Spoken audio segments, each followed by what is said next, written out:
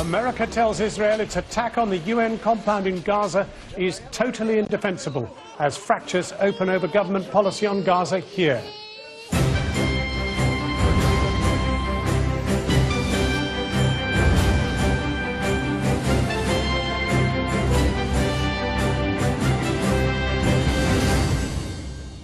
The shelling of a UN facility that is housing innocent civilians who are fleeing violence is totally unacceptable and totally indefensible. Good evening. So strident a condemnation of Israel by the White House is without precedent. The US has been expressing concern about the scale of civilian casualties in Gaza. Whilst here, Channel 4 News has learned that Baroness Vazi, Minister of State in the Foreign Office, reportedly has deep reservations and concerns about British policy on Gaza. On the ground in Gaza City, we spend the day with 10-year-old Bissam, whose life changed forever when those Israeli missiles hit. Also tonight, despite soaring temperatures, energy company profits are due to double, says the regulator. The companies cry foul, arguing profits will fall. Who's right? Public health officials want us all to measure our waste to work out our risk of diabetes. We took a tape measure out to test it out. No breathing in.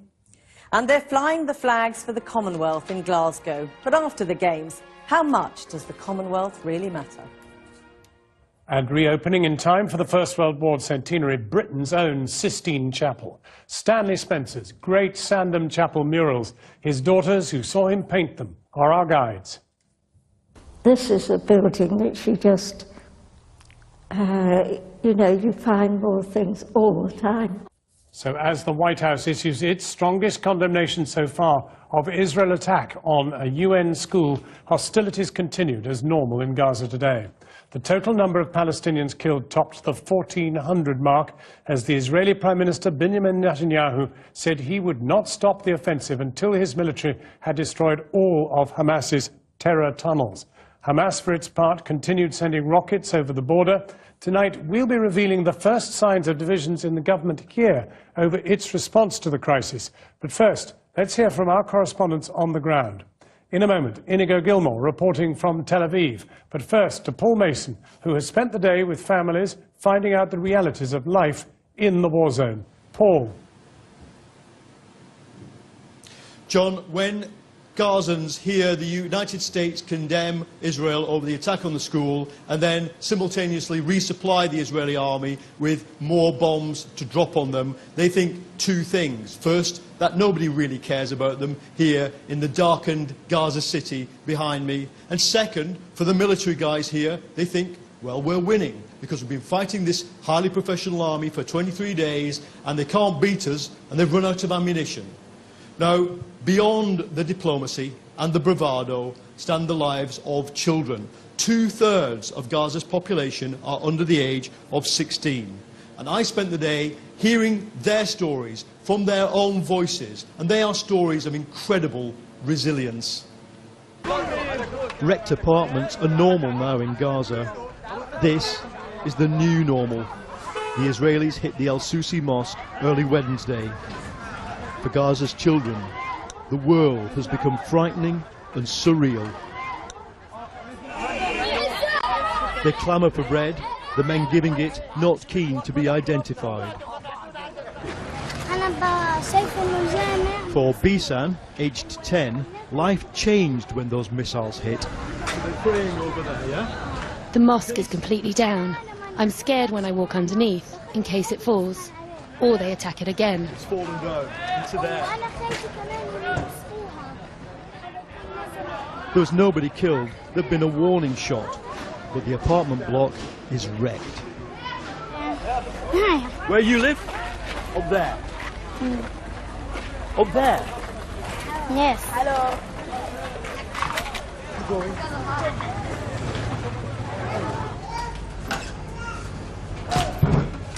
With complete composure, she showed me the ruins of her home.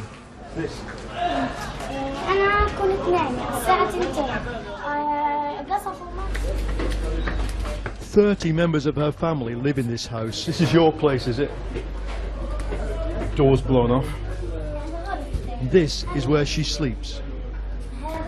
Wait a minute.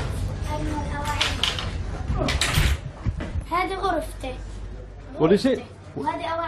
That's your clothes. What else? There's your computer. What do you learn there on the computer? English? English.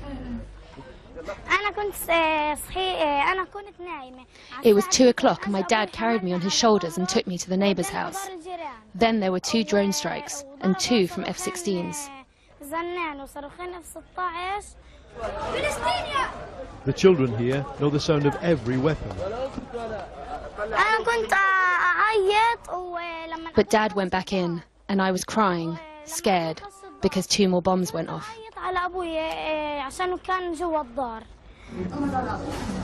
They keep calm, carry on, make bread. But her older brother has nightmares from the last invasion. These are children for whom nighttime brings terror most soldiers will never see. Dad, who survived the blast, is no supporter of Hamas, but he's outraged at what his kids are living through. Israel thinks by doing this they'll separate people from the resistance. But those who are against Hamas, who hate Hamas, now cling to them to protect us. They're saying go and hit Israel, just like they're hitting us. With 425,000 Palestinians displaced, half of them to places like this, the UNRWA school, it's the children who suffer most. When they can't cling on to their homes, families are crammed into places like this. 2/3 of all the people in Gaza are under 16, so this is a children's war, and for some, it's the 3rd war they've seen in their lifetime. Yusuf is 15. His family have left Jabalia, which is a war zone, and now live among 20 people, well, in a corner. They shelled our house and destroyed it with a tank. I saw it on a small hill. I was a little bit young. He's telling me about events 8 years ago. This family and this boy have lived through 3 invasions. I want to wake up one morning and be free like in other countries. I want to become a doctor to treat the wounded. UNRWA, the UN agency that runs this camp, describes the situation as a precipice. The camps are short of water. Disease is breaking out. Children are built resilient, so we won't know the long-term damage done to them for years. Well, John, there are humanitarian crises in all wars, but this one, the danger is it takes on strategic proportions. We are looking now at a situation where the UN is so stretched that it might not be able to cope. If the UN can't feed those children and house those children, the militant groups will try to do it. They'll be thrown effectively right back into their hands that everybody is worried about them being in. On top of that, Palestinians who have long memories about being displaced are beginning to think this. Look, 40% of the land is currently unlivable. They're asking, is Israel's strategy to make it permanently unlivable? Permanent ghost towns like the one behind me you can't see in the dark, Shajaiya. If so, the danger then becomes that Gaza cannot cope with the amount of displaced people, 1/4 of the population displaced. What then? Maybe somebody suggests they go someplace else. That is what is in the minds of the people here. And that is, as you heard in that report, what is continuing to throw them, even quite moderate Palestinians, into the arms of Hamas and Islamic Jihad, and totally standing behind the fighters out there, 2 or 3 kilometres away, in the tunnels. Paul Mason, on the ground in Gaza.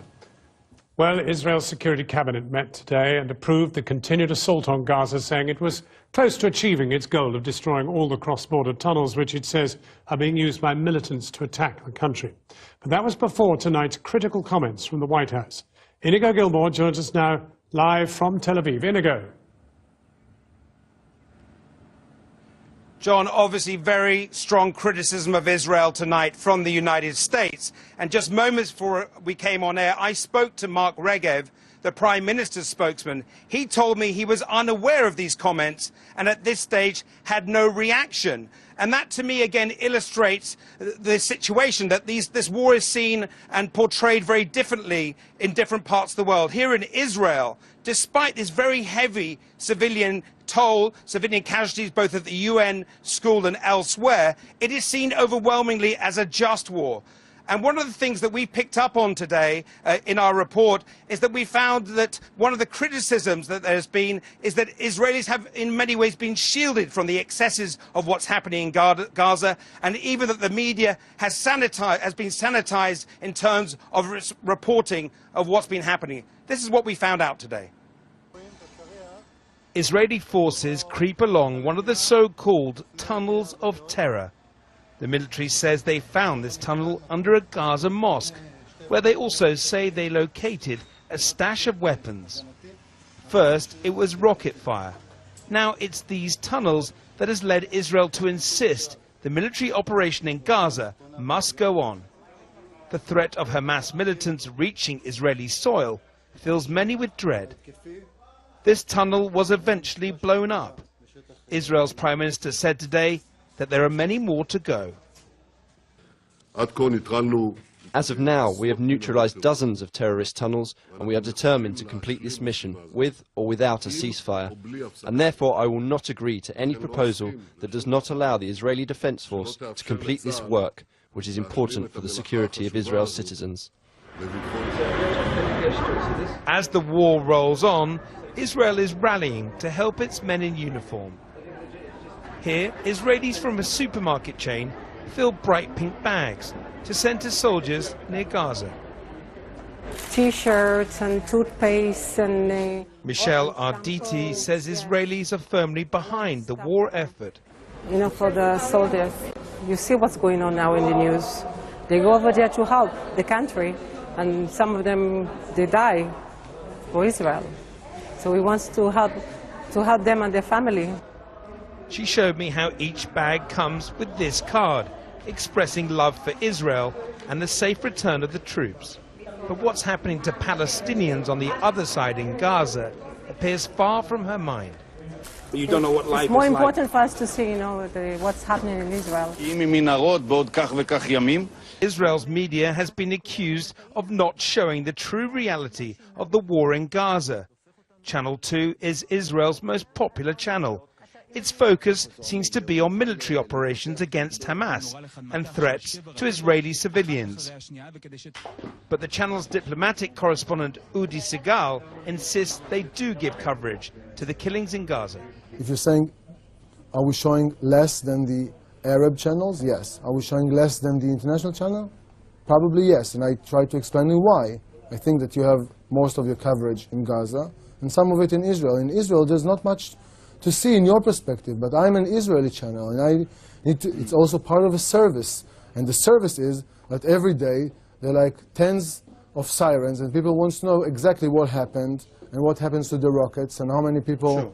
So this is part of our broadcast. So if you're saying, do we keeping our public eye shut to what's going on in Gaza? I will tell you no. But other Israeli journalists feel the TV coverage is sanitized. On the main news show around 8 o'clock, if you'll see something for Gaza, it will be pushed way back, like you might see it around 9 or 9:20, and you'll see very short clips. You probably won't see the very graphic images. You might see probably more IDF pictures. I would say that the notion of Palestinian suffering remains very abstract and remote for Israelis, where Israel's suffering is very intimate and reachable. It's these kind of images that, for the most part, will be beamed into living rooms across Israel tonight. Soldiers held up as heroes on the front lines of a war Israelis overwhelmingly see as just. A war which may still have a long way to run. One of the other things Noam Shazav, the journalist in my piece tonight, said to me was that Israelis don't really understand the strength of international condemnation and outrage over what's been happening in Gaza. and that it's a very different war that's being perceived here in Israel.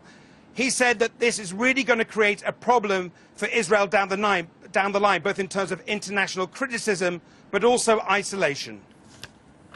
Inigo Gilmore, live in Tel Aviv. Jackie. Well, let's hear now directly from two mothers on either side of the Israel-Palestine divide. In a moment, we'll be speaking to Jamie Nathan, who's in Jerusalem. Her son has been recently serving with the Israeli army in Gaza.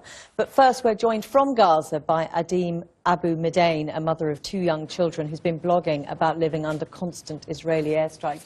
Adim, tell me what the last couple of weeks have been like. Actually, words cannot express the anger and the fear we went through in the last couple of weeks. It was a constant nightmare to just to have the idea that I might lose everything in a blink of an eye. Every night I used to look at my kids while they are sleeping next to me and say, okay, maybe this is the last time I look at their faces, maybe this is the last time I feel their warm bodies.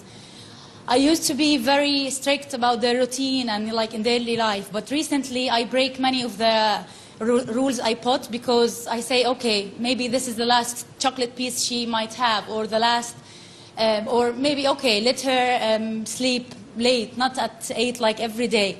Because, you know, I was so guilty to be strict with her and him in case it's my last moments with them. Adim, the Israelis are quite clear that they have the right to defend themselves, that they have to defend themselves, their people, against rocket attack from Hamas, against Hamas terrorists, as they say, coming through the tunnels. I don't think what's happening in Gaza is a self-defense or is a war against Hamas. Wiping out entire families and level entire neighborhoods and destroying schools, factories, and farms is not about self-defense. I think it's a complete and pure state terrorism. This is so brutal and so barbaric. To defend themselves? Do you accept that? Sorry, can you repeat again? Do you accept that they have the right to defend themselves? No, no, I don't accept that. If they want to defend themselves, they should attack those who attack them, not the civilians. More than 90% of the people who were killed in Gaza in the last 24 days are civilians who were at shelters in UN schools or at their home, sitting safely, having meals, watching TV. It has nothing to do with Hamas. Even Christians in Gaza are being slaughtered, and the whole world is just watching us to die alone, you know? We know that the United Nations have found on a number of occasions arms hidden in schools and hospitals. And the point the Israelis make is that it is Hamas putting Palestinian civilians at risk. If Israel want to attack, you know, the fighters who attack Israel, they can, because they have the most advanced and high technology in the world. But this is a war against the essence of life itself in Gaza. Not only in Gaza, actually, in the whole of Palestine, even in the West Bank. You know, lots of things are happening in the West Bank as well. The settlers attack, building the settlements, cutting the roads. So do you I think the Israeli war... Do you support No, Hamas? I'm not a Hamas supporter, and I will never be. I will never support any religious group. But I am just a normal, ordinary Palestinian woman who sees that this war has nothing to do with Hamas or the resistance movements. On that point, though, do you worry about your children growing through this situation and becoming more radical, becoming supporters of Hamas? Because that is one of the big fears. Of course. Of course. I was away for the last 14 years, and I came back just to be shocked that most of my secular friends, you know, like, who had once a hope in peaceful coexistence, they are becoming more extremist and more fanatics. And Israel, by doing more atrocities and more crimes in Palestine, is just creating a whole new generation full of anger, hatred, and nihilism, which will make only like these children who grew up. Yeah. Adim, I'm sorry to interrupt you. That's all we've got time for. Thank you so much for joining us. We're now joined by Jamie Nathan, who is in Israel. Jamie, I don't know whether you managed to hear any of that, but how would you say your life compares with that of a Palestinian mother, Adim? You must have heard her talking about the very real fear of not being able to wake up with her children the next day. I think that part of the conversation was very similar to the way I feel. I think any mother fears for the lives of her children and their safety, whether those children, as are mine, are soldiers on the battlefield, or also, as are my youngers, in bed, in the bedroom next to me, in the middle of an air raid siren at 2:30 in the morning, which is extremely disorienting, frightening. Sometimes my children are alone when the air raid siren goes off. We have had rockets fall in our neighborhood, I should say within a few kilometers of our neighborhood, and we know that this is a real threat. We are civilians. We are being targeted. And Jamie, Nathan, I suppose the point is, yes, you live in fear, and nobody should have to do that. No children should have to do that. No individual. But in Gaza, mothers and fathers are living in fear, but are living with grief too. 1,400 Palestinians have been killed. Well, let's look at that number if we want to talk semantics, and then I think we need to analyze that number, and it has been analyzed by a number of media watch groups, and for the most part, I understand that over 80% of those who have been hurt are not civilians, but are actually Hamas activists. Well, the UN young say men a fifth who of children are part of Hamas. The UN say a fifth of children, Yes, and the majority I understand are also civilians. And I understand that the majority of the people in Gaza are civilians, so we can play a numbers game. But I know that the word disproportionate has been bandied about in the media, and I don't think that the numbers say everything anyway. If one were to say, oh, let's just attack one person, let's kill the president, for instance, that would only be one casualty of war. But we can't see things that way. When your children are being targeted, I agree with Adine, you cannot do anything but cry and be grief-stricken and worry and take matters into your hands. If you have an army, you use it to defend yourself. Do you look across to Gaza? Do you see the pictures that we are seeing of children dying, children being buried, children with horrific injuries? Do you see those pictures and feel grief for those mothers? As a matter of fact, we see quite a few of those pictures, if not on the television, then on the internet, and I do a bit of internet surfing, and that's where I get most of my news from. Many of those pictures are worth 1,000 words, and they are horrific. There is a question of how we can, in fact, counter that in the media, because one of those pictures that shows that grief is horrifying. But excuse me, but you're talking about countering... I don't know if it would help if I showed a... You're talking about countering the image of children dying rather than the sheer numbers of children who are dying. I am talking about defending my children. I do not wish to have any children hurt or killed, but I will first and foremost defend my children who were attacked by rockets which were sent from Gaza. Although no civilian has been killed directly by rockets. I understand that today there was a direct hit in Kiryat Gat. I understand that at least one person was critically wounded, and I don't think this is a game where we want to just wait for a death in order to justify what we're doing. I hope that nobody is killed, not any of the soldiers who are my children, a 19-year-old, a 21-year-old. They are my children whom I kiss every day when I can. And I went down to their army base to kiss them yesterday. We're going to have to finish there. Thank you very much. John. On the world stage, despite the growing criticism of Israel, no one has yet provided the leverage to end the bloodshed. The White House tonight condemned the attack on a UN school as totally unacceptable and totally indefensible, and said that the number of civilian deaths in Gaza was too high, quotes. But Washington has not yet walked away from its old ally, still topping up its depleted stocks of arms.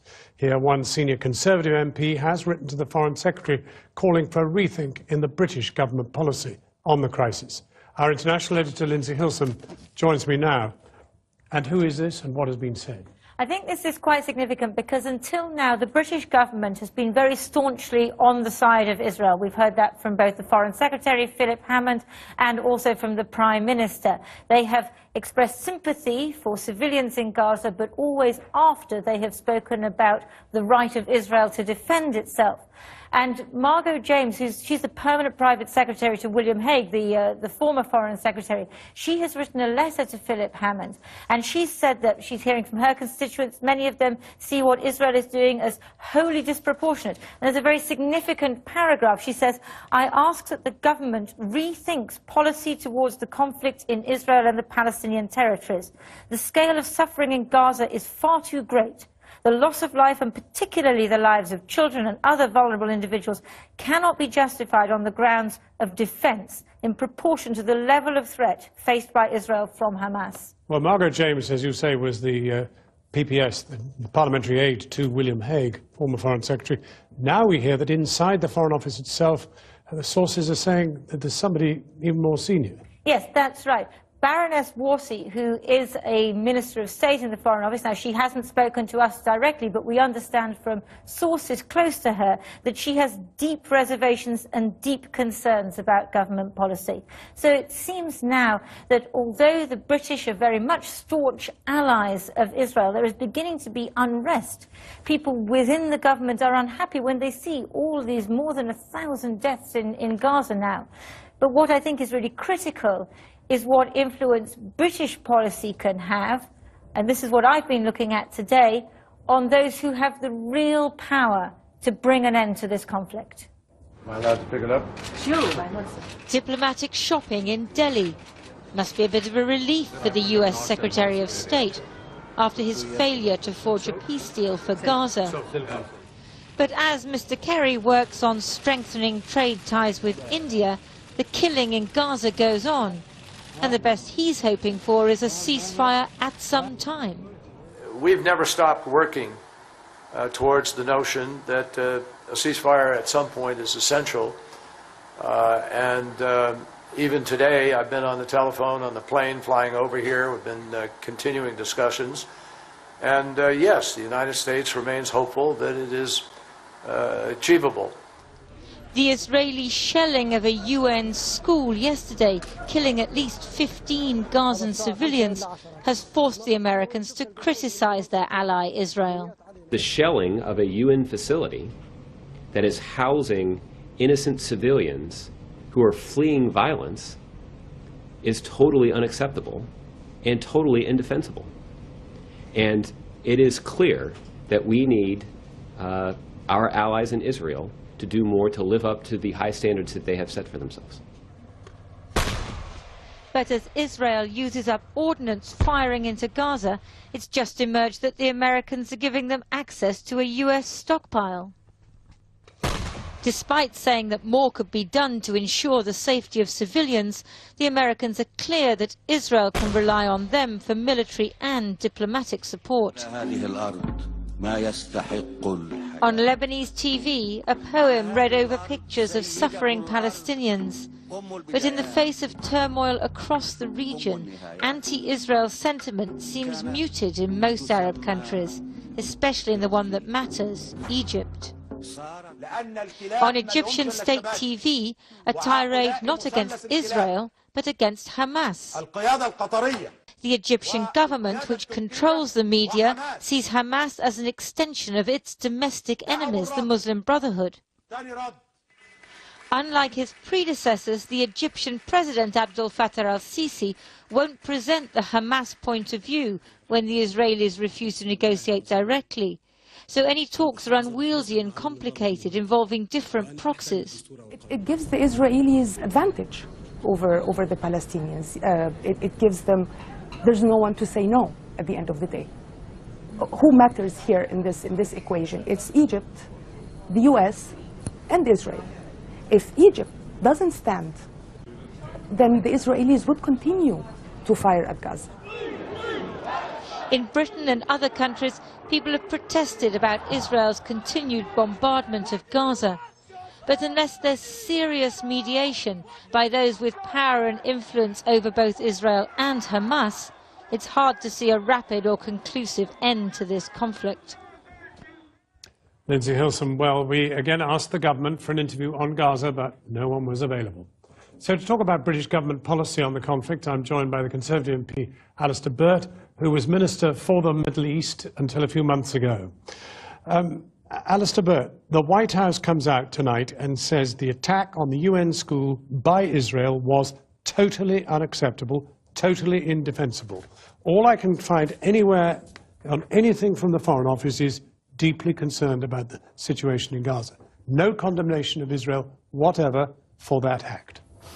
I think the announcement by the United States is really quite extraordinary. And I think you're seeing there the first clear evidence of policy which indicates you can support the state of Israel and firmly defend the right of Israel to defend itself, but you can be sharply critical of the individual policies of any particular Israeli government.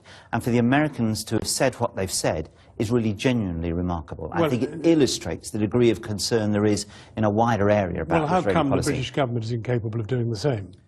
Well, I'm not speaking for the British government. What the British government has said very clearly... As you're not, perhaps you'd like to tell them they should. Well, what the British government has said, and they should say this, is there should be unconditional ceasefire, no conditions on either side, because the most important thing is to stop the fighting and then get the talking started again. Well, that much Philip Hammond has said. Correct. He said he wants a ceasefire. But what nobody has said is that, I mean, until the White House said it, that what happened yesterday was totally indefensible. Why can we not find a British minister to condemn what has happened? Well, I don't know, but I do know. Do you not know? You know why. I suspect. Because there is no preparedness to criticize Israel for all sorts of different reasons. What is that lack of preparedness? I think what you're seeing now is that growing sense of deep unease about what is happening in Gaza and the ability to separate, quite rightly, the Israelis need to protect themselves from an extraordinary series of attacks that Hamas have through the tunnels and all that and the rockets, but sharply distinguish that from the policy of trying to get at Hamas through women and children. This is just not working, and it's wrong. It's wrong. It's not proved effective in the past. It doesn't deter Hamas. It doesn't secure the peace of Israel or of Gaza. Well, something more needs to be done. You have said something no government minister has said, that it is wrong. Now, Baroness Varsi is reported from some reliable sources knocking around inside the White House, inside the Foreign Office, to have very deep reservations and very deep concerns about government policy. Do you share those concerns? No. Why not? Because what's most important in this circumstance, this is not about the British government. This is about what's happening out there. We are British. Yes, I know. We have some influence in this region. We were the fathers and mothers of the Balfour Declaration, which set up Israel in the first place. Then, if we have influence, we have to see how complex this is and what needs to be done. It's not just talking to Israel about what they should or shouldn't do. Israel will say, well, you're talking to us. No one talks to the Syrian government about what they do because there's no response. No one talks to Hamas, as you tried to do yesterday, because there's no response from them. The truth is, this won't be settled until Arab states are able to pull Hamas away from their attacks on Israel and their refusal to accept the existence of Israel. But I put it to you that no, if I could finish. I recognise what you're saying. And others get to Israel and say there is no answer to this unless they fully conclude the settlement with the Palestinian Authority, those who have been willing to work with Israel and don't fight it. But Britain has considerable purchase on Israel. We have a big trading relationship. Yes. We supply arms, and we have a historic link with them, and we have a long record of not criticizing them. The time surely has come for Britain to use its influence on Israel and indeed to use its influence in Qatar, where after all the head of Hamas sits and with whom again we have huge gas contracts and the rest of it. Why are we not using our leverage to get to either of these countries to get something happening?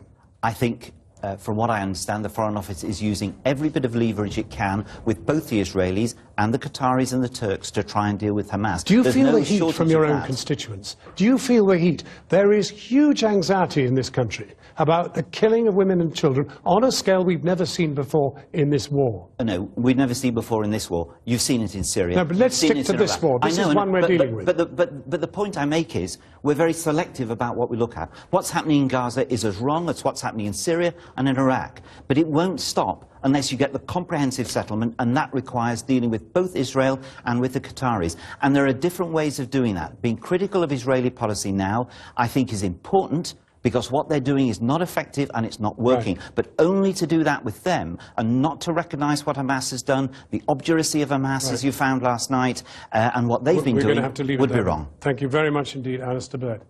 Jackie. And to read the full letter from Margot James, go to Cathy Newman's blog on our website, channel4.com/news.